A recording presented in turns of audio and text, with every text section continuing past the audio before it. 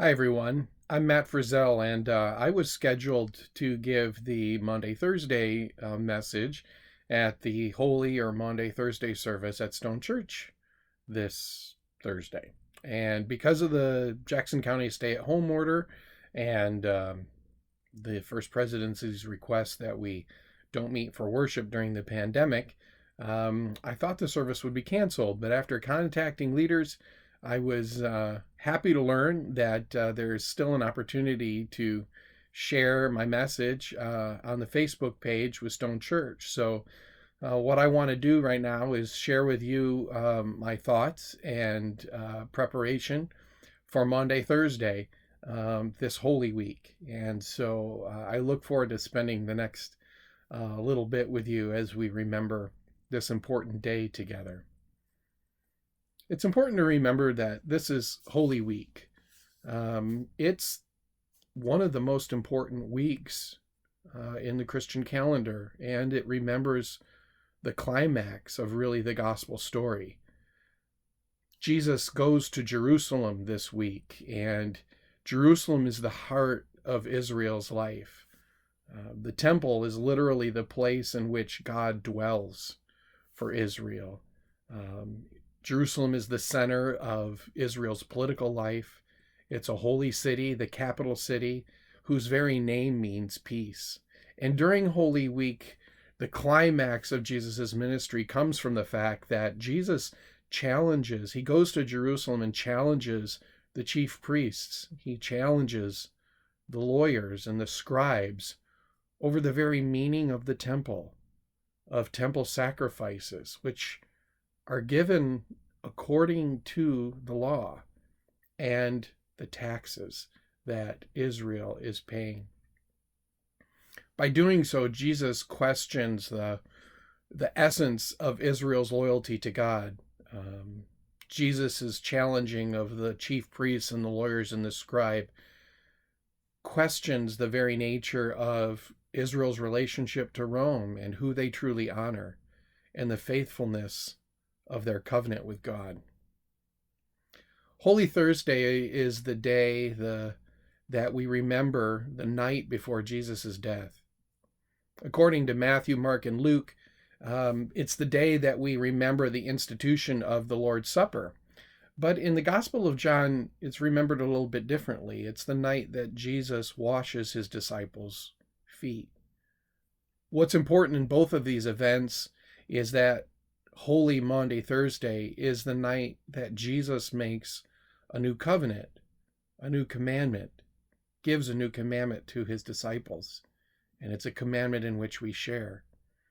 The scripture that I'm going to use today to remember and to memorialize that covenant, that new commandment, comes from John 13:34-35, when Jesus says, "I give you a new commandment, that you love one another. Just as I have loved you, you should also love one another. By this everyone will know you are my disciples, if you have love for one another." Maundy, and the meaning of Maundy and Maundy Thursday, comes from the Latin word mandatum, which means command or commission. So tonight we remember that commandment, to remember God's love and the love that's expressed and taught to us in Jesus Christ. Now, I don't know if you've picked up on this irony. I have spent a lot of time thinking about it because it just stands out to me as kind of amazing. Tonight we remember, or on Holy Thursday, on Maundy Thursday, we remember the night that Jesus celebrated Passover. And we're doing it in a Lenten season that has a pandemic. We're remembering a night about a plague in the same kind of environment in which a plague or a pandemic is keeping us at home, sheltering in place, and unable to go to church. We're remembering the night Jesus celebrated Passover, a night that was millennia ago, in which the Hebrews who were enslaved in Egypt painted lamb's blood on their doorposts so that the angel of death would pass them over and they would be freed the next day. It's an interesting thing to think about that we're remembering a night about the 10th plague. We're remembering a night about a plague at the same time we're experiencing a pandemic. Now, I'm not saying that the plague of the Passover and the coronavirus pandemic are the same thing, and there are certainly religious voices out there who think this is a plague about judgment, but I don't believe God is punishing anyone with this coronavirus pandemic, and I actually think that's pretty bad theology.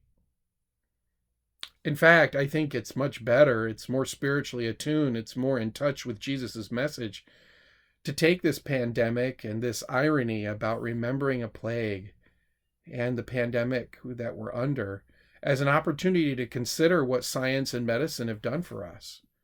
We no longer attribute illness and plagues and misfortune as God's judgment upon us. They're part of the physical nature of life.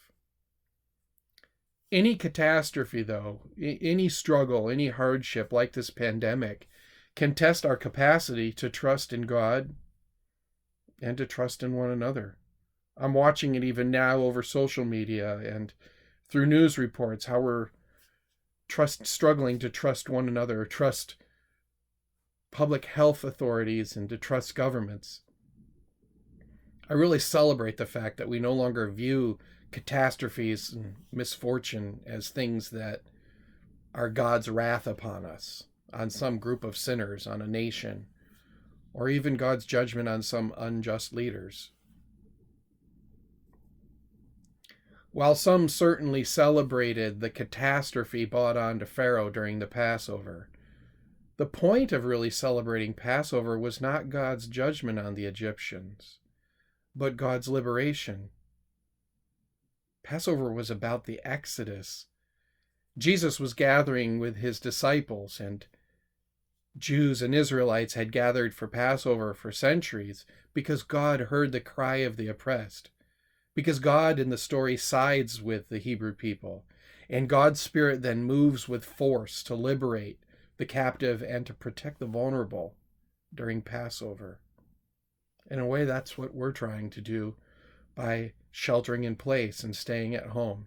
We're sharing the risk. We're protecting the vulnerable. That too is what God did in the Passover. This is also what God does in God's revelation in Jesus Christ. Liberates the captive and protects the vulnerable.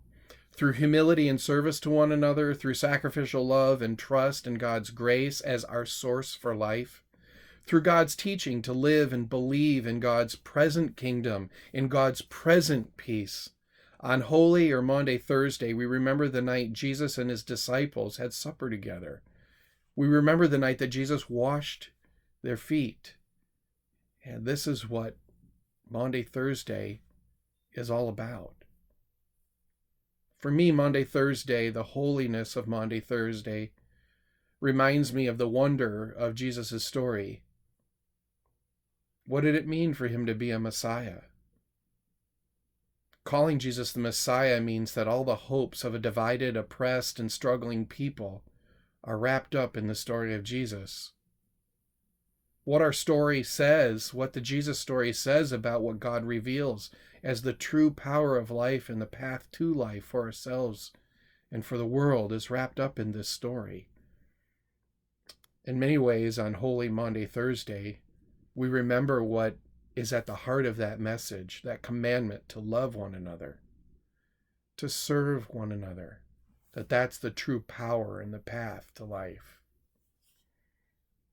That's the depth and the power of the Holy Maundy Thursday in Jesus' new commandment. Love, not self-righteousness, sustains the world. Love, not the threat of violence, not the threat of domination, brings peace to the world.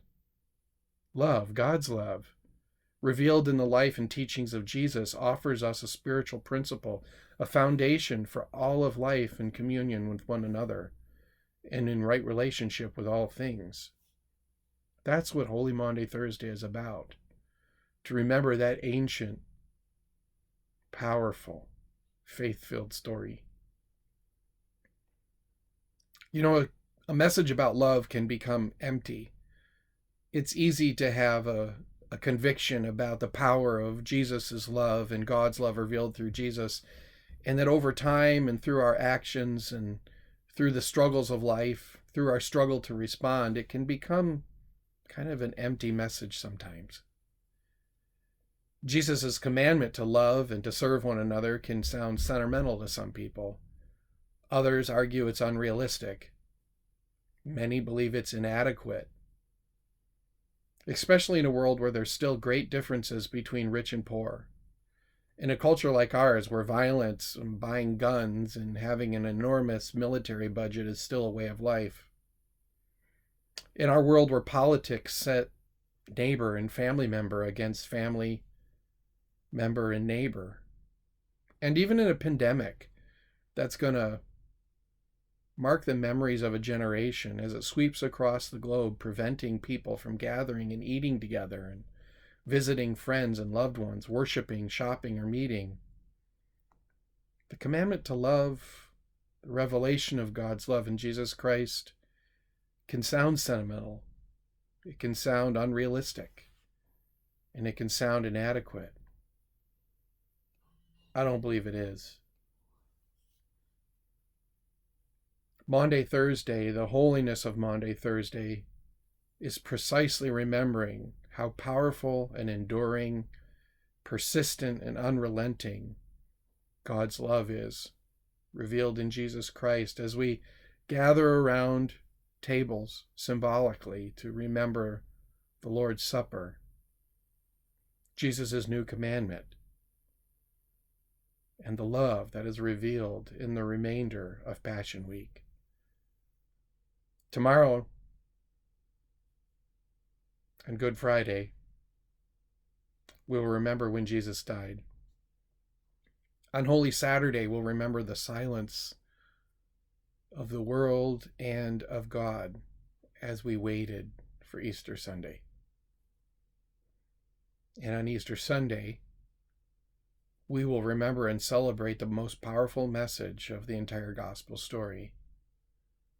That while the love of Jesus is not a love of domination, it's not a love of power over, it's not a love of violence, it's not a love that coerces us, forces us into allegiance or trust or faith in God, but it is a love that relentlessly brings forth hope, that relentlessly brings forth life, and that will carry us beyond death into new life.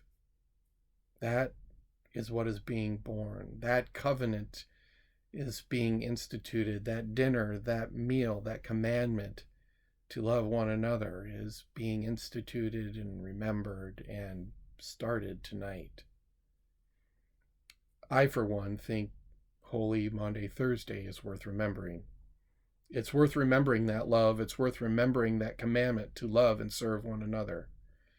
Tonight is the night. Holy Thursday, Holy Maundy Thursday is the time when we remember Jesus saying, I give you a new commandment to love one another, just as I have loved you. Do this in memory of me. Blessings.